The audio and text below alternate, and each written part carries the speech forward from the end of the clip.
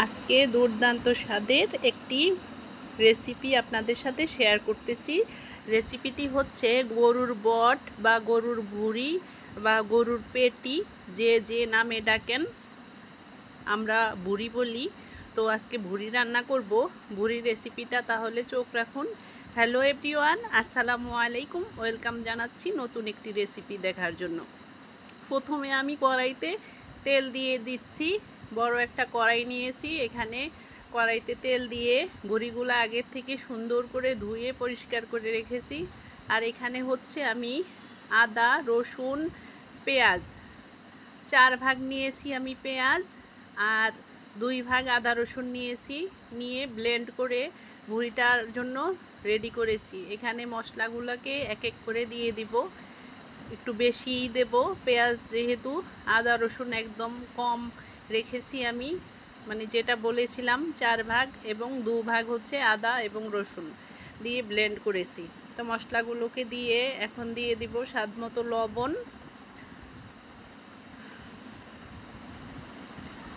লবণ দিয়ে হলুদের গুঁড়া, মরিচের গুঁড়া।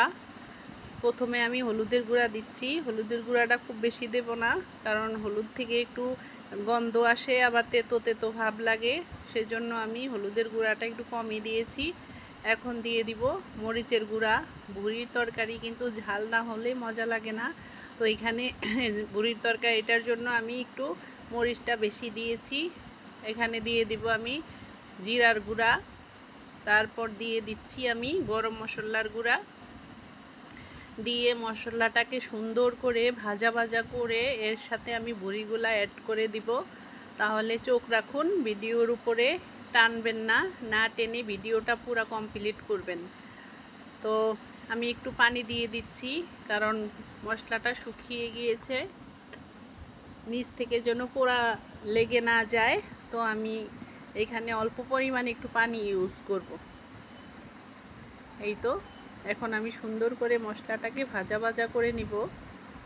এভাবে করে কারা কারা ভুঁড়ি রান্না করেন অবশ্যই কমেন্টে জানাবেন। ভুঁড়ি কিন্তু সবার হাতে টেস্টি হয় না, কারণ হচ্ছে ভুঁড়ি রান্নার প্রসেসটাও একটু অন্যরকম। ভুঁড়ি কিন্তু নতুন যেদিন বাসায় আনা হয় ওই দিনই খেতে হয় না, ভুঁড়ি একটু আগে থেকে জাল দিয়ে তারপর খেতে হয়। আমি প্রথমে ভুঁড়িটাকে পরিষ্কার করে একদম ক্লিন করে নিয়েছিলাম।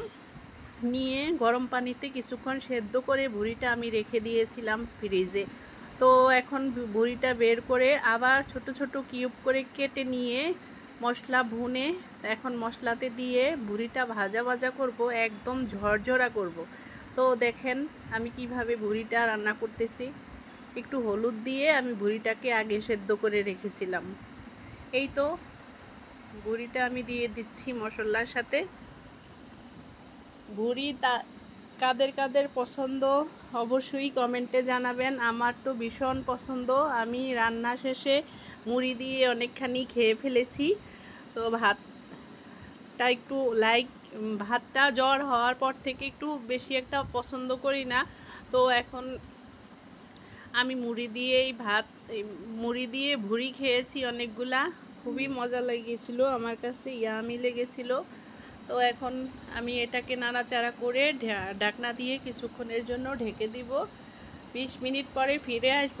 এভাবে করে আমি 3-4 বার এটাকে ভাজা ভাজা করব আর ঝরঝরা করব। একটা তেলের কড়াইতে নিয়েছি, যেন এটার ভিতরেই তেলের উপরে ভাজতে হবে। ভুঁড়ি হচ্ছে তেলের উপরে ভাজা ভাজা করতে হয়। ভুঁড়ি দিয়ে আপনারা অনেকেই পরোটা দিয়ে খেতে পারেন, বা রুটি দিয়ে খেতে পারেন, ভাতের সাথেও খেতে পারেন। তারপরে হচ্ছে আপনারা খিচুড়ির সাথেও খেতে পারেন। এই তো আমি ভুঁড়িটাকে আগে যে কেটে রেখেছিলাম সেগুলো আপনাদের সাথে আবার একটু শেয়ার করে নিলাম। এখন সুন্দর করে নাড়াচাড়া দেব, ভালোভাবে নাড়বো। এই তো আরেকবার কষানো হয়ে গিয়েছে, এটা আমার দ্বিতীয় নাম্বার কষানো। তো এইভাবে করে কারা কারা ভুঁড়ি রান্না করেন অবশ্যই জানাবেন।